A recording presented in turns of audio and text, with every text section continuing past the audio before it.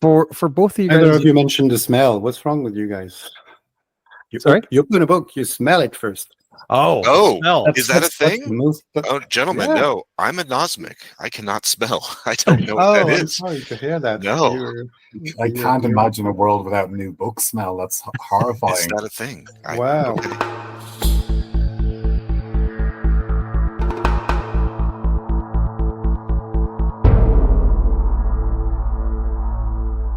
Welcome to the Red Caps Podcast, a podcast where we dip our caps into the blood of our listeners and we ramble on about old school games. Today I sit down with Eric from the Merry Mushmen, as well as now some of the expanded family of the Merry Mushmen with Liam and Joe, and we talk about adventure design, a new Kickstarter, and a whole bunch more. Liam wrote Hounds of Edinburgh, Joe wrote Raiding of the Obsidian Keep, and while both these adventures already exist in some form, they have now been greatly expanded on and fleshed out for old school essentials, and a lot of really great new art, and everything is all out there for you to get your TSR nostalgia vibe on through a style that only Merry Mushmen can really provide. So without any other preamble, let's get on with the show, and as always, I hope you can sit back, listen, and enjoy.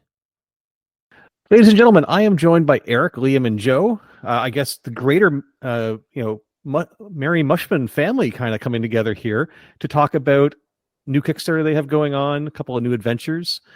Welcome, gentlemen. How are you all doing today? Great. Thank you so much for having us. It's great to be here. Yeah, thank you. It's a growing family. Fast growing these days. So the Kickstarter that's coming out is two adventures, one by Liam, one by Joe's. And it's got it's interesting that you're doing both at the same time, and the adventures are looking pretty cool. Eric, before we get too much farther in, can you just explain what the Kickstarter is and how these two authors came onto the radar and why these two adventures. Well, you just said it. It's a Kickstarter for two adventures. We thought there's too many things that we want to do this year, and we'll probably do about 60% of what we've planned to do at the beginning of the year. That's how bad at organizing we are. But having released Nightmare Over Ragged Hollow about a year ago by Joe and the same artist, Leanne, and having seen how the people were happy to jump onto that and play it and give us feedback, we thought we had a good format. And we grew up with TSR products, and those modules are like embedded into our DNA almost. Olivier actually told me like a couple of days ago that his dream when he was a kid was to work at TSR and make these. And he was apparently, I've never seen a proof of that, but he was making his own little booklets and drawing the maps on the inside cover. Well, you might have seen photos of Olivier nowadays.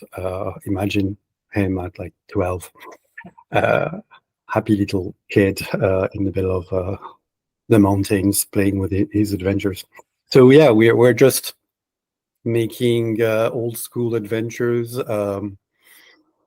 Started up for OSC, Old School Essentials, because that's the lingua franca. It's BX. That's the one system that everyone will know, even if they don't play it. And it also gives us an opportunity to push the kind of worlds we like, the fairy tales, the horror, the folk horror, the sword and sorcery.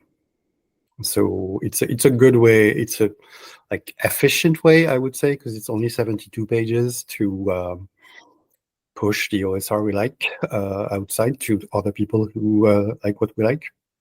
Yeah, I really like, as I was going through the Kickstarter and was looking at things, I love the fact with the first adventure and obviously repeating with these ones, the coding in the top corner, the classic, authors initials and 01, 02, so on.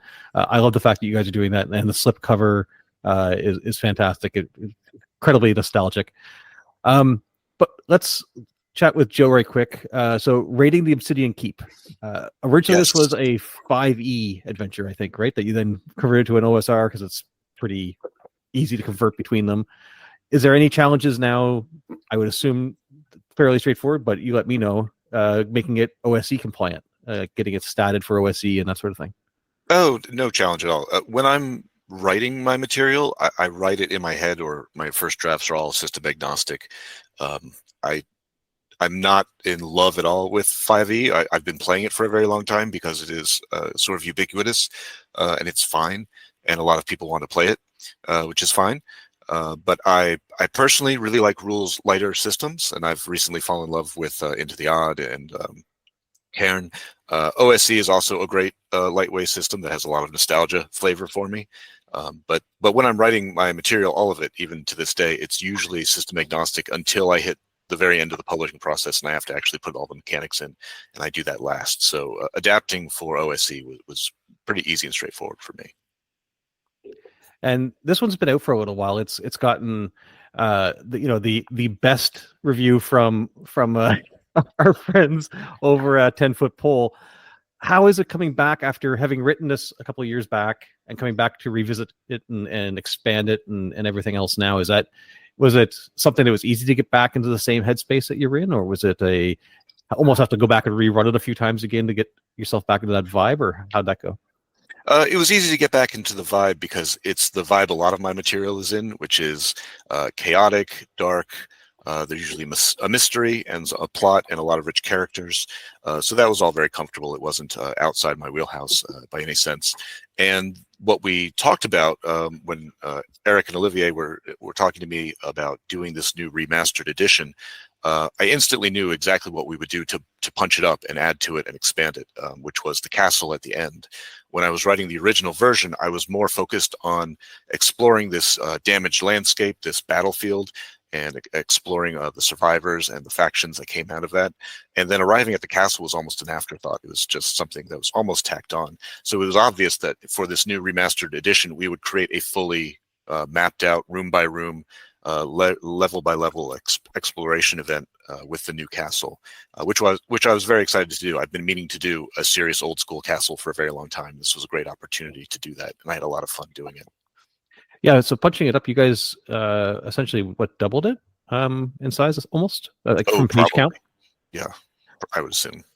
Eric, So you page count wise, maybe I didn't count the words, but maybe an extra third at the very least. And so you're getting the point crawl going through, and as well getting a castle dungeon type crawl in there.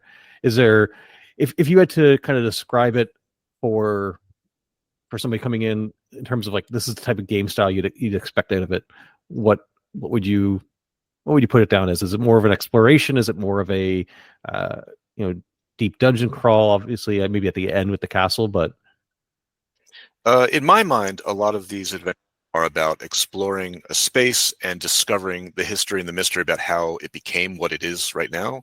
In this case, it's what went wrong in this battle, who won, why did they win, what has changed, why is the castle destroyed now. There are a lot of refugees who are suffering from mutations, and why did that happen and where did that come from? So I really like that aspect of exploring an area, which is discovering the story behind it. And then the space itself just becomes an embodiment of whatever it is that went wrong, whether it's psychological horror or physical horror, or just a complex mystery with lots of players involved. That's generally what I was going for. I suppose all of my references would be really outdated at this point, things like Castlevania. I don't know how it tracks to modern video games that other people would have touchstones for. I think we're all of the age group that as soon as you say that, we're nodding along. The other game that I can readily point to is Hollow Knight, which is the most recent video game that I played, which is now several years old, but is again exploring a dark and damaged and destroyed landscape and discovering the history behind it. Very good. And Liam, Hounds of Edinburgh. Tell me a little bit about this one. Yeah, so Hounds of Edinburgh initially started off as an entry for a dungeon jam hosted by Yokai Gal for his Cairn system. So it was the original one, which you can probably tell a little bit by some of the layout and typography, was done like quite on a schedule. It was done within 40 days. The idea I had with that initial one was keep it simple. It was relatively straightforward. There's a village. There's inhabitants of that village who connect to other hexes in this relatively small constrained hex scroll with a very small dungeon at the end. So I made that. It was pretty well received. I was happy with that. I'm always just happy to know that someone's playing something I made. Didn't think about it for a while, and then Olivier, the other of the core Mushmen, will say, reached out to me. I think initially on the comments under 10-foot poll, and then on either Drive-Thru or Itch, I forget exactly. Just saying that, look, this is the sort of thing we enjoy.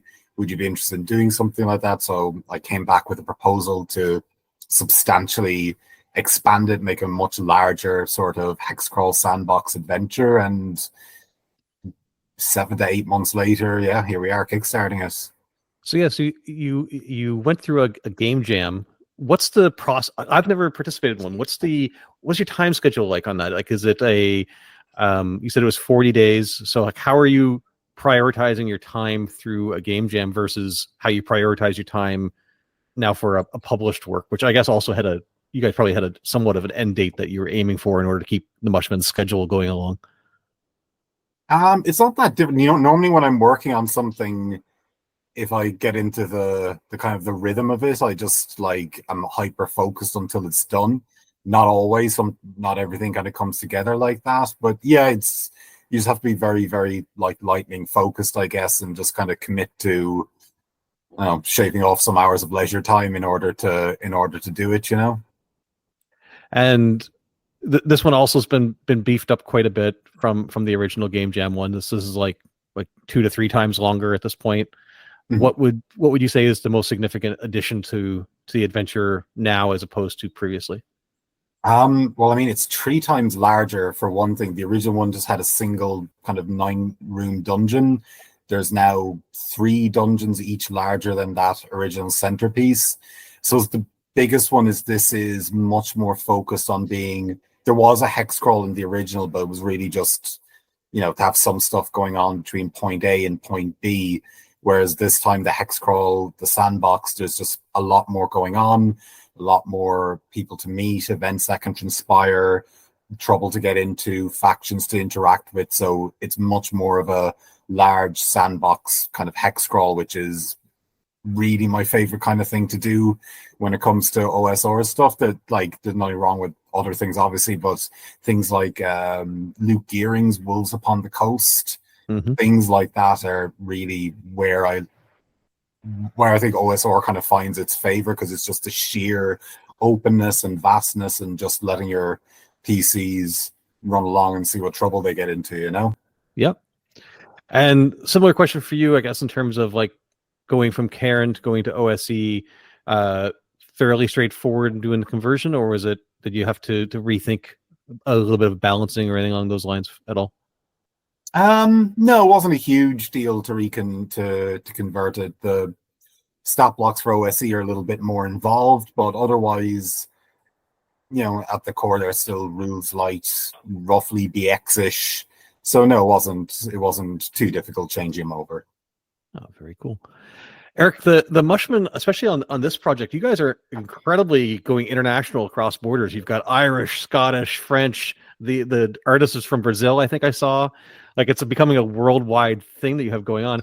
How do you keep everybody all on the same page when you're doing multiple projects and you're trying to hit a timeline so that you can launch a Kickstarter or something? How's the project management of that work for you?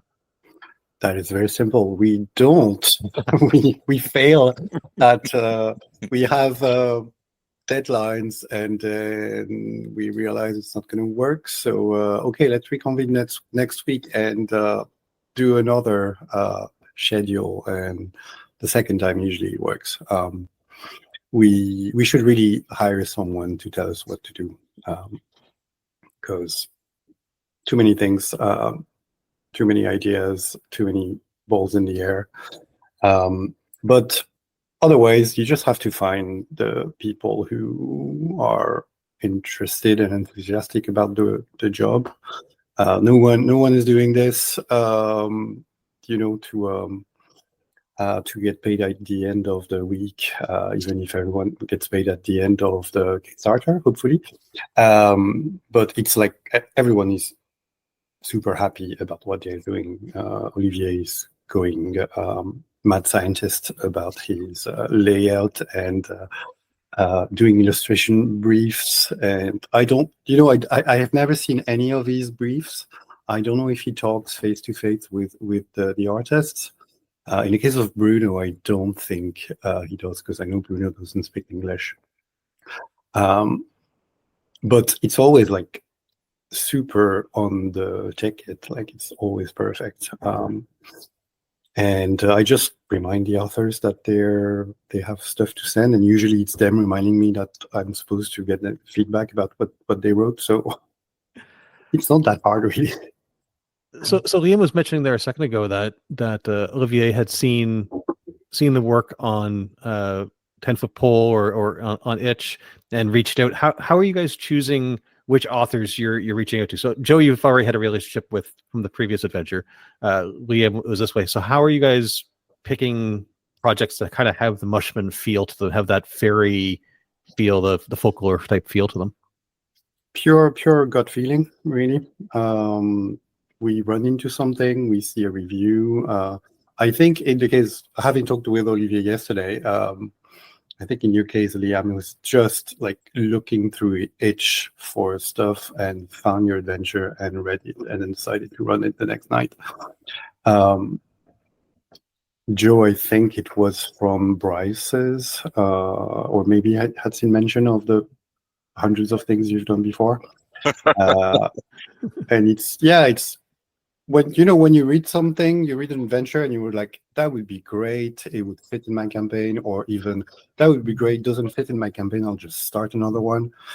It's the same thing. Like we don't always have the time to run something that we want to publish, but we try. And it's the exact same feeling. We know what we like, and we have a portfolio that's like, I don't know, $6-7 with these, so it's not too hard for the people we talk to know what we're about. Then it's just nerds nerding together. So Liam and Joe, whenever you guys when you get a tap like this, where you're like, hey, we're interested in redoing the adventure, what's that kind of vibe feel like? Like, what's that coming in going, oh, is it like, oh, I've been noticed, so to speak? Like, yes, let's expand this more, or are you a little bit nervous about, is there any nerves involved in it? Like, what's that initial feeling feel like?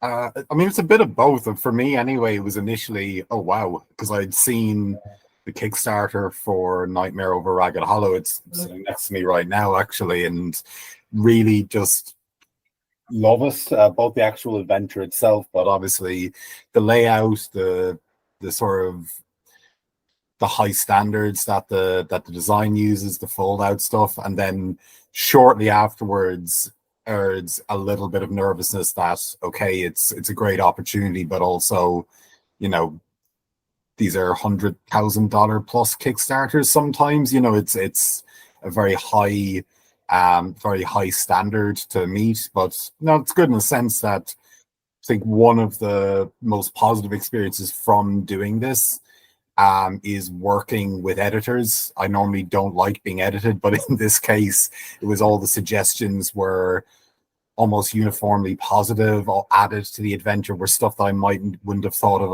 of my own bat. But then when it comes in, like, okay, that's amazing. Why wasn't that there from the very beginning? So actually that experience of working with editors was quite good. Most OSR designers were somewhat solitary creatures that were kind of working on our own stuff, aren't kind of really getting that much of a chance to kind of toss the ball around with other people.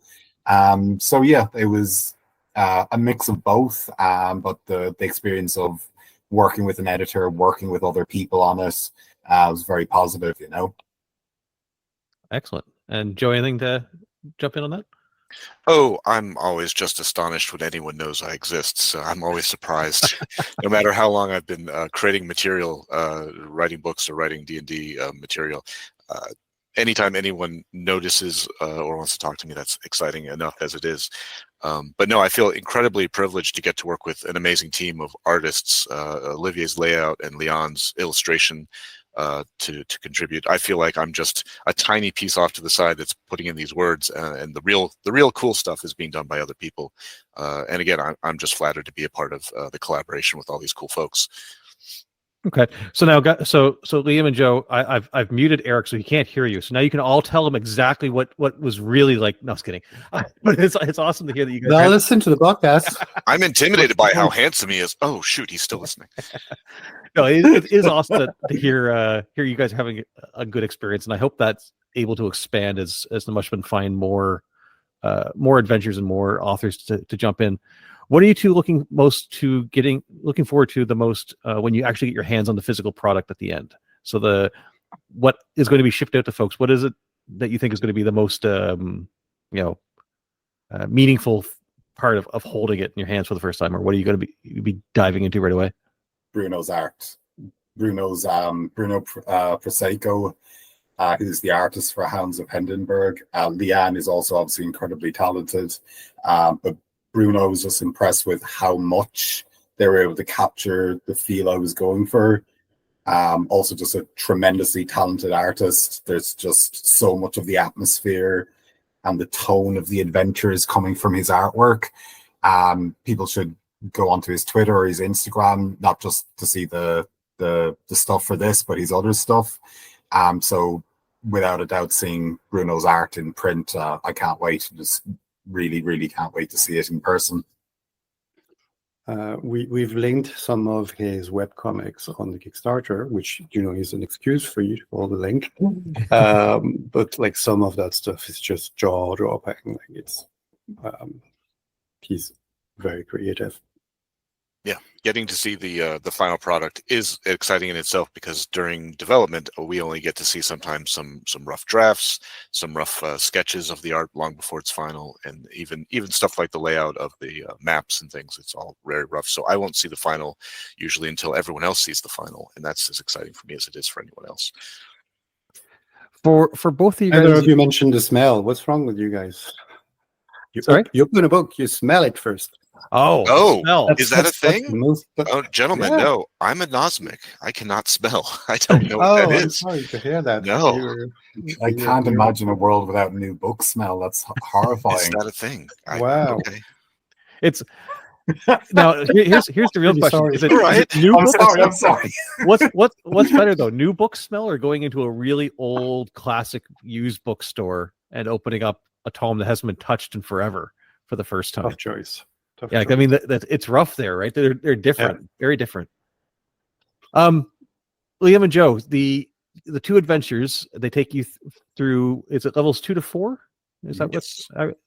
So, what would be your pitch for after you've finished this adventure?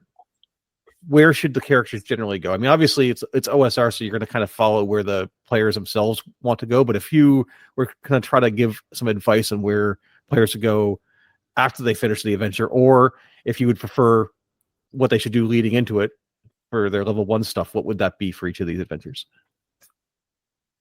I don't know where to go afterwards, because depending on how the adventure turns out, like, I don't know, the whole region could just be overwhelmed by demonic dogs. So I've no idea. I genuinely have no idea. I think it would tie in nicely with, thinking of level 1 adventures. I think if someone wanted to start with like Winter's Daughter, or I forget the one, getting a brain freeze now. It's Falkrest Abbey, I think. They would sit kind of nicely, comfortably in those roles, or Ragged Hollow, the original Ragged Hollow, all good sort of entry points. Beyond that, I don't know. I think once they've finished Hounds of Hindenburg, they should go raid the Obsidian Keep, And Joe? For the Obsidian Keep, I would think, because it takes place on an island just off the coast, this would be good leading into it if you were already exploring a coastal area, or if you were in a port city and wanted to head out and have some nautical adventures. And then if, presuming your heroes mostly survive the Obsidian Keep, you could proceed farther out to sea and explore some more islands, maybe 1,000 islands or 1,000 islands, whatever floats your boat. I love seafaring content, and I just can't get enough of finding those adventures. We need more of that. The Isle of Terror is Sure. on the way somewhere. So, Eric, you've spent a lot of time deep into both of these doing the editing. Is there a way that you would tie the two adventures together if you're running it for a group? So say they wanted to like bounce between the two of them depending on what they were feeling at any point in time. How would you tie the two together, or could you? You can do anything with a group of players that are, Willing, yeah. agreeable and and like what you're doing with their characters. I think it wouldn't be too hard, since we haven't said that raiding the Obsidian Keep is just that you're sent with a mission, so that we give a few hooks, but you actually have a goal going in there. While Hindenburg is more like, let's explore. Obviously, there's this problem, but do we really want to risk our skins saving these poor people? I mean, their beer is okay, but so it would be possible to imagine that the adventurers liking the people of Hindenburg and liking their beer save them from the hounds, and then some bishop hears about these heroes, and let's say that Hindenburg is not too far from the coast. I think we have a possibility to do that in the little table that we have with on the flap, on the cover flap, about what's around Hindenburg and the cryptwood. But again, I'm sorry, I'm going tangentially there. So yeah, the heroes of Hindenburg could be hired by the Bishop of Radiant Vitella to find out what happened to his invasion fleet that never came back from the Obsidian Keep. And then they can get in mission mode and decide if they actually want to accomplish the mission once they know what's happening. To the authors, a lot of adventures get written for 1 through 5 because that's where most of us end up playing, and a lot of characters never get beyond 5 in terms of level. Have you guys written adventures for levels 5 through X, whatever X may be, and do you find there to be a difference in how you approach the design of things if you're creating adventures for that high of level, or is there a reason that you think most adventures stay in this 1 through 4 entry point? I have written a few things for that mid to higher range, not a lot.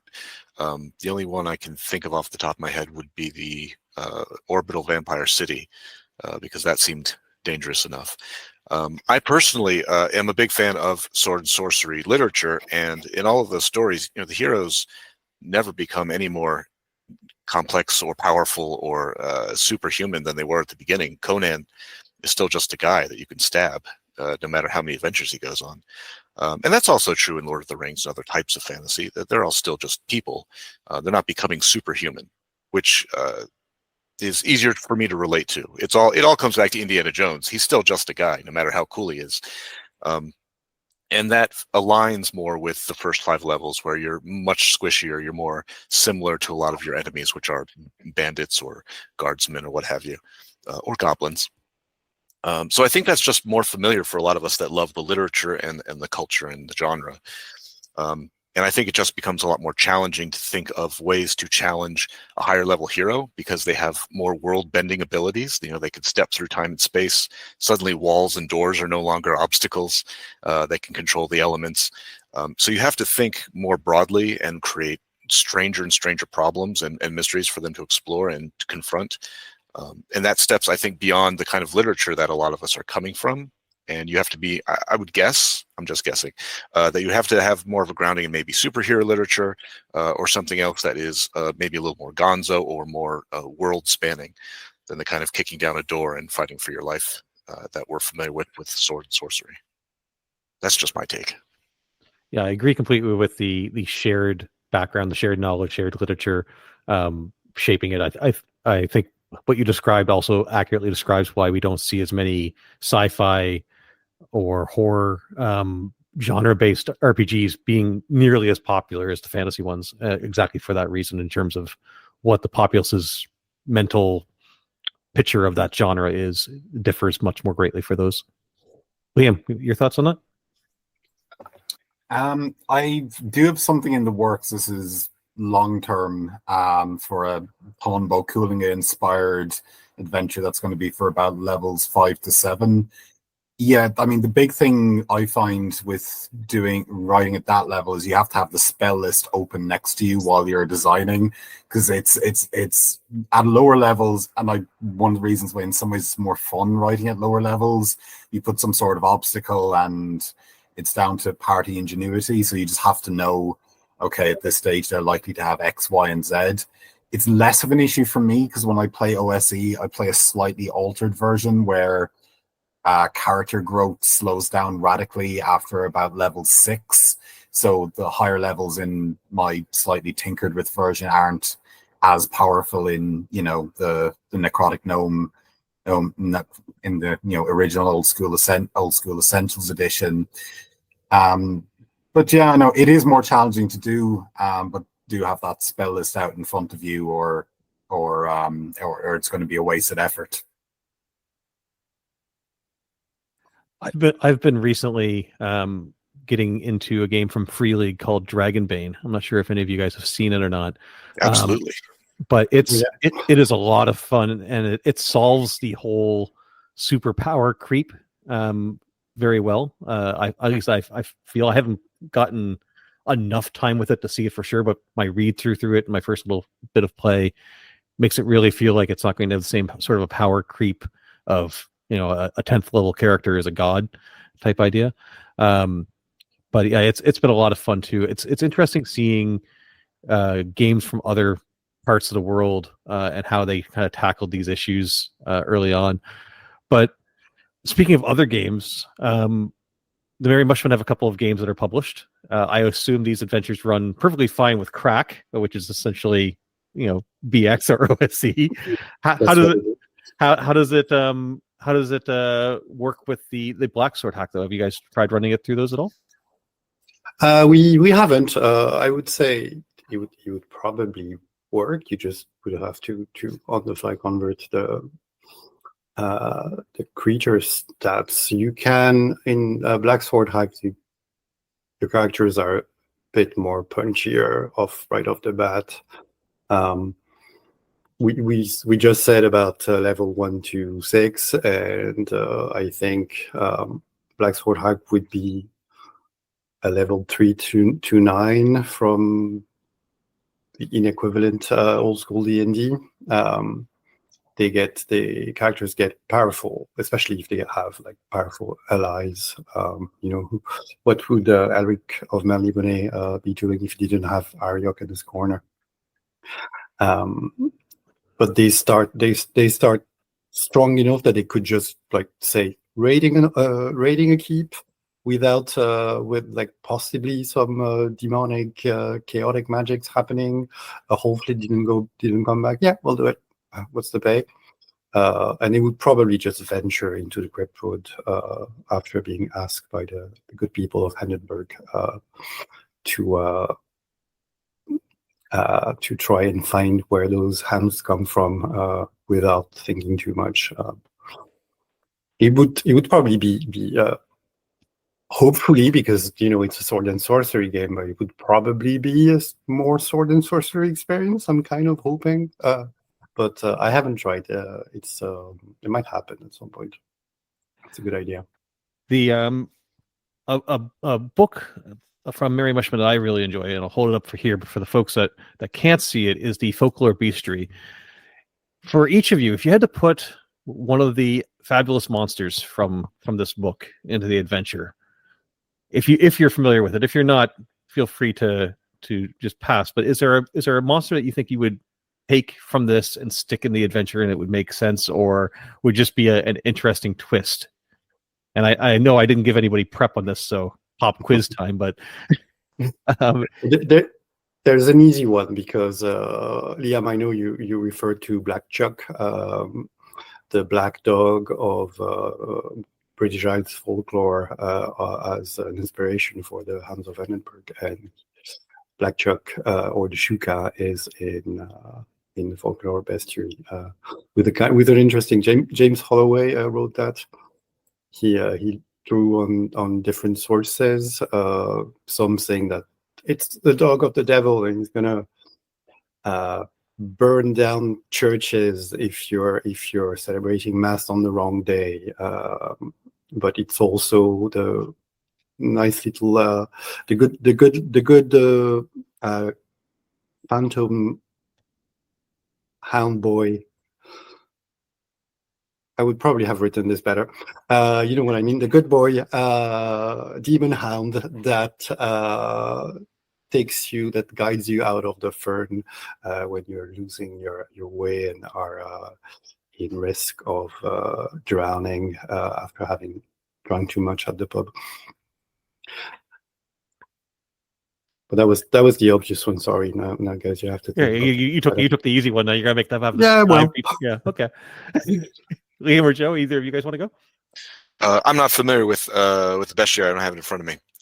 But anything that's any kind of mutant aberration would easily be at home inside the Obsidian Keep, as well as any kind of undead sorcerer or just a rich old person who is for some reason still kicking about in a dungeon would absolutely fit in the setting. There's an undying sorcerer, undead sorcerer from Brazil that Diogo Nogueira amazing. wrote that could work. There's a hell wagon as well that could probably drive around the keep. Yeah, that could be in the keep grounds when you first arrive and there's a handful of vehicles. It'd be great if one of them got up and attacked you. Did you have the werewolves of Ossory in that bestiary? Yes, we did. Yeah. Yeah, I think they'd fit in quite nicely. Yeah, you know, could have used a vampire or a werewolf maybe next time. Very good. You'll have to put St. Patrick in there somewhere. Oh, you quote him He is somewhere. Actually. Yeah, he's Patricius. Potentially off page. Yeah. So when you guys are writing adventures, this is open to all of you. When you're writing adventures or just gaming content in general, what typically is the initial spark for you? Is it I'm walking around and I happen to see something and it just triggers an idea? Is it for me? It's often I'm watching something on television or a movie, probably has absolutely nothing to do with game at all, but there'll be a character or there'll be a scenario, and I'm just like, oh. that would be interesting to twist. But like, what do you find is typically your muse or your initial spark to get you going? Gosh, it could be literally anything. It could be any animal, any line of a song that will send me to the internet. I'll be staring at my phone and I'll just research everything about where it came from or the etymology of a word or the history of who wrote the story. And then I'll go sideways and branching out. And then I'll start making notes for absolutely no reason because this Oriole has attracted my attention. And then before I know it, I'm obsessed with birds and then I need to write a bird adventure. So I think, I'm sure the origin of the Obsidian Keep was something similar, which is just I was interested in either battlefields or people in a devastated landscape trying to pick up the pieces and survive in a difficult place.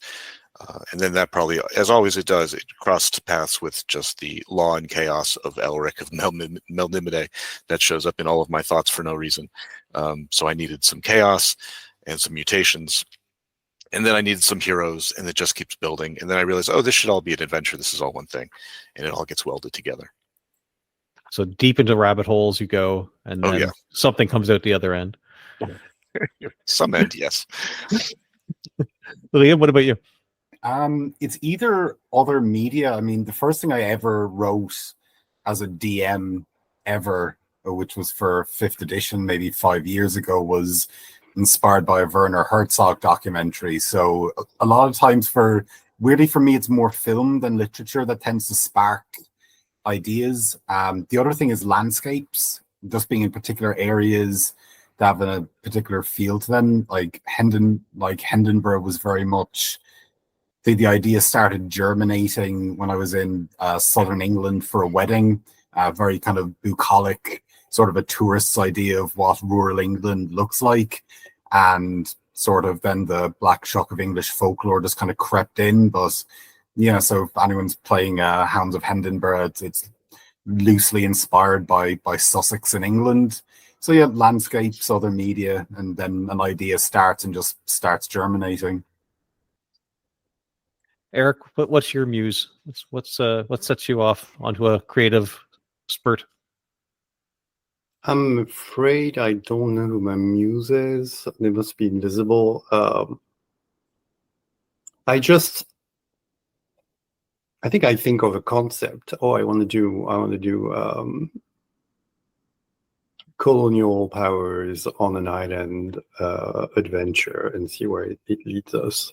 And then I start doing research a bit like you, Joe, and taking notes and then forgetting about it for like 3 days because I have other things to think, or I'm working on something else. And then another idea comes, and maybe that could come from something I'm watching or something I'm reading. I think a lot of the stuff that I've read when I was a teenager and in my 20s is kind of stuck in the back of my mind, and I don't really have to reread it, even if I read Greg Vance and Michael Moorcock often, like most of us, I hope. So that kind of just pours on the page and melts together. But I don't think I can track any spark to anywhere, or maybe I'm just not mindful enough of my thought process, which is very possible as well. As long as something does spark it, I don't think it probably matters as much. But it's interesting to see where different people's ideas come from. These adventures being repackaged, republished, and going out into what'll hopefully be a very high profile Kickstarter and all the success in the world to it. Once these adventures get into other people's hands and it's theirs, is there, for the authors, is it interesting or scary almost in a way of hearing other people's play reports or hearing how they've taken your baby and how they've ran it? And is there any like, I didn't think of that, or is there ever a, you did that kind of weird, but okay, cool. Have you gotten any really strange play reports back from how somebody's taken your adventure and molded, or the outcomes from their players? Oh, I'm sure I've heard tons of stories about all sorts of adventures, about what they did see and what they didn't see, and how they overcame an obstacle, or what bizarre thing they brought in from a prior adventure that transformed this adventure. It's always unexpected. It always sounds like they had a ton of fun, and I'm always living vicariously through those stories, and it's wonderful. I've never wished they hadn't done something. That's I'm always excited by whatever it is that someone else has done or invented. I'm always trying to be inventive and original. I'm plagued by the idea that I don't have an original thought in my head and that all of my work is derivative nonsense. So I'm always thrilled by other people's originality and creativity. So I love hearing those stories. Yeah, no, I love that stuff too. And to be honest, if you've ever ran the original Hounds of Hendonborough or you're running the remastered one, please do tell me what happened. It's not something that bothers me. It's something I live for. I've seen people do interesting things with the original one. I know at least one person I saw who had actually blended it together with Gus L's Prison of the Hated Pretender, where they replaced the original tomb with the tower from that, which I thought was really interesting idea, and they do kind of work well together. I did see a play report in Polish in the original adventure, which I put as an option, but didn't think many people would do, where they just cut a deal with the undead monstrous tyrant and released him and just continued on with their lives. So it's good to know that at least one utterly amoral play group who kind of saw that option and said, yeah, that seems fair. That's actually an interesting point, Eric. We touched on it earlier that the Mushman team overall has become very, very global, and you've got play reports coming from Poland. Probably not feasible for physical copies, but has there been any thought of taking some of these works and translating them into other regions, even if it's only for the PDF side of things? Not really, not about the adventures. We get, since, the both of us at Mushman Central are French, we get a lot of mostly nice, sometimes passive-aggressive comments about, oh, you're making the books in a language we don't speak. How nice. And our answer has been the same until we actually caved in for Black Sword Hack that's having a French translation, because the author is also French and was happy to do the translation himself. So that's being crowdfunded on a different platform right now. But the rest is the translations in role-playing games are usually handled by third-party publishers, or different publishers, and we're very happy to discuss with anyone. So yeah, if anyone, if people in Brazil, people in Spain, Italy, Germany want to see any of the adventures in your language, just talk to your publishers and tell them we will have a very, very fair terms. So we're just happy to see that stuff out anyway. It's a thrill to see your books in a different language. Even like that, as a writer, I've seen that. I know I'm making about $0.50 per copy of a Chinese a book that I wrote that was by chance translated in Chinese. I'm just happy to have the book and be able to say that, and then show off on podcast after. Yeah, just being able to expand the audience, just having more people being able to be like, hey, we saw this and what have you. Obviously not the first Kickstarter the Mushmen have ever done. You guys have gone through several of these now. And I assume each time you go through some of them, you learn a little bit more. Liam and Joseph, have you guys done independent Kickstarters at all prior to this? Or is this kind of like your first dive in with the Mushmen handling it all for you? It looks like a lot of work. It does. It sounds like work. No, I've never independently done a Kickstarter. It seems overwhelming and complex. So Eric, put the fear into them about how much work is actually involved then with one of these Kickstarters. Like I said, you guys have gone through several of these. How is this one shaping up compared to some of the other ones that you've done? The prep work was probably more streamlined because we knew exactly what we had to do, and we could easily divide the tasks. Olivier, who owns the account, he's the person who can open the page, did that, added everyone as a collaborator. I started writing the page. When I finished that, and then the next day I came back to the page, and Olivier had added the art, and that stuff is easy enough. You just have to, of course, think about your pricing and make sure the rewards are crystal clear, and so that you don't have to answer to too many comments. I've noticed, because I've been very busy in the last couple of days, that people ask questions, but other people answer for us, which is absolutely lovely. So that saves us a little bit of time. The hard part, I think, is the stress that you get before it's funded, and at the end, and you're always refreshing the page and looking. After a while, it gets a bit better, I think, or maybe you think you're obsessed about it a little less. But the hard part is fulfillment, because then you get a listing of hundreds and hundreds of addresses, and you're gonna make mistakes. If you're doing it in-house, which is what we're doing so far,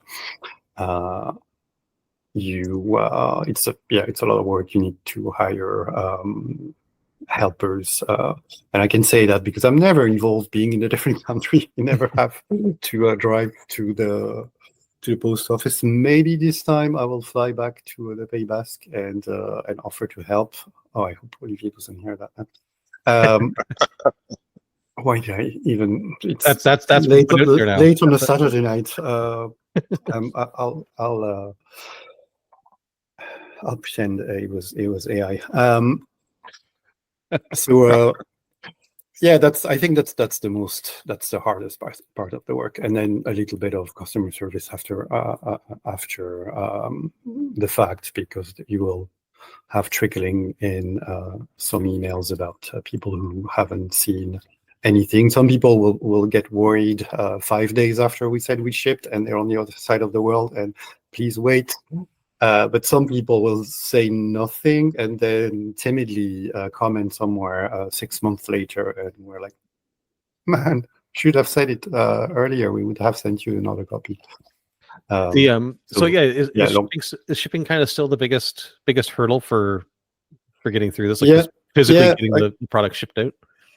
Yeah, I think that's why a lot of people who have an audience, like Gavin of Old School Essentials, he's got a partnership with Exalted Funeral and doesn't have to handle any of this, which lets him do everything else by himself. Because I think that's what he's doing, the one man miracle. I would say, looking at the last versions of Dome and Wood. But we're not at that stage yet. I don't think it's going to be something that we need to talk about in the next year or so. Maybe start partnering up with some people, but we just want to make sure that everyone will still make a living. Yeah, I guess once you start partnering up, I mean, there'd be some advantages, I guess, probably on saving on shipping costs for the consumer, but that also might impact grants or something that you guys are able to utilize on your guys' side, or anything like that. Not really grants, but just our market, our share of the pie. Of the profit, yeah. If you talk to a distributor, you will sell them books with a good discount. So we just need to make sure that partnership is going to improve the sales enough that we can cover the losses, or see if everyone gets paid the same, and we don't start having people working for less than what they're worth.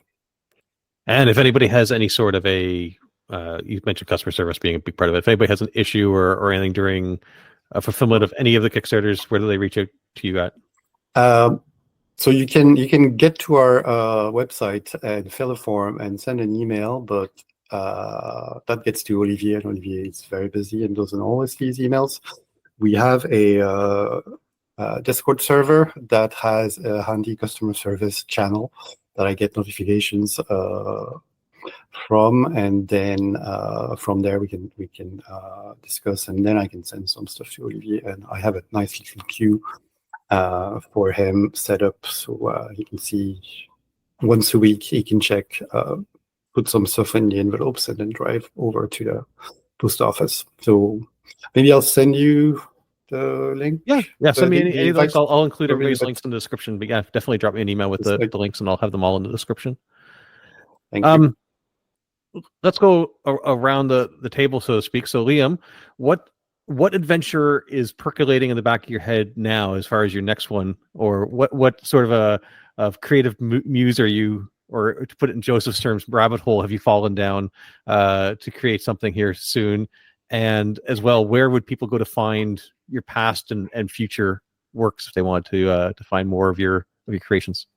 Website under construction. So for the moment, people can find me under Budapest Kick on Itch, Drive-Thru, and Twitter. In terms of what I'm working on at the moment, it's a sleazy, grimy Swords and Sandals, I Claudius inspired funnel for Old School Essentials. So keep an eye peeled for that one.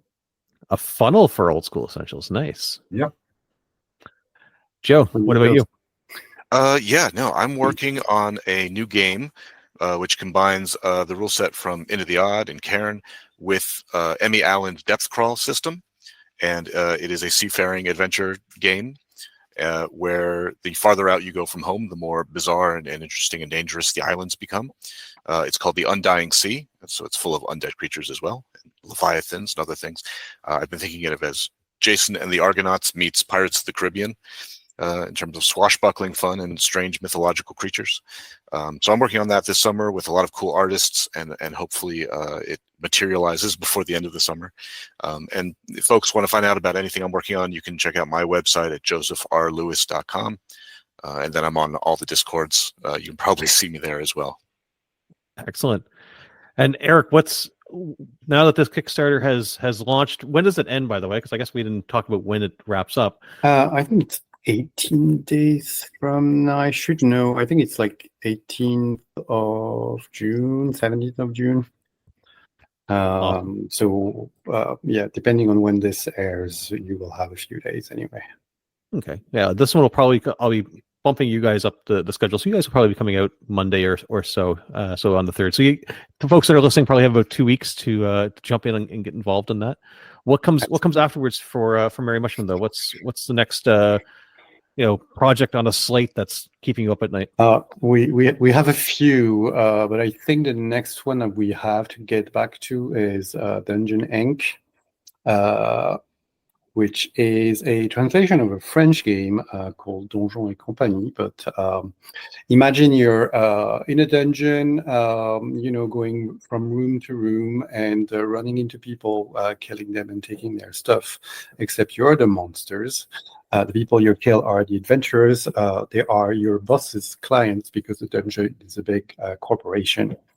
And that part is not the hard part. The hard part is the all-hands meeting on Monday, and will Cindy, the Medusa receptionist, will finally go to coffee with you. So it's an old school, it's an old school game, but it has its roots in lighthearted parody without going too bonkers either. It's a really interesting balance that Ben Felten, the author, has managed. The game got at least one award that I know of in France, and I helped working on it because it uses my system, Macchiato Monsters, and I was asked to help writing the campaign that we'll probably publish after that. Very cool. So that's the game. If somebody wants to play a monster, go to that one. Don't come to the OSE game asking to play the Medusa. Ask to play the Medusa in this one instead in Dungeon Inc. Yeah, any monster, because Macchiato Monsters is a classless game, so you can build any kind of monster. You'll still be first level, but you can be a baby dragon if you want to. Very cool. All right, gentlemen. So we've got 2 weeks, and then probably a couple months after that, you guys will get these in your hands and be able to see the adventures. Everybody else hopefully be able to see them and run them with their tables. Thank you very much for coming on, and I'll include, like I said, all the links to everything at the bottom. I'm looking forward to seeing how this goes. I think it'll be a very successful run again for the Mushmen, and I really appreciate you guys coming on and having a chat with me. Thank you so much for having us. It was great talking with you. That was great. It was a pleasure. And good to have you back on the air. Oh, thank you very much. Thank you. All right, folks, I'm going to pass this to Future Me to do editing, and then we'll go from there. All right, folks, that's going to wrap up this episode of the Red Caps podcast. As always, I hope you enjoyed, you learned something, and that you are eager to come back for more. www.theredcaps.net has all the links to all the ways to contact me, and I would love to hear from you. Please do check out the show notes for all the links to all the people that appeared on the show and the Kickstarter and everything else. Thank you ever so much for listening. And remember, never let your caps dry out. Stay safe, have fun. We'll talk again soon. Take care.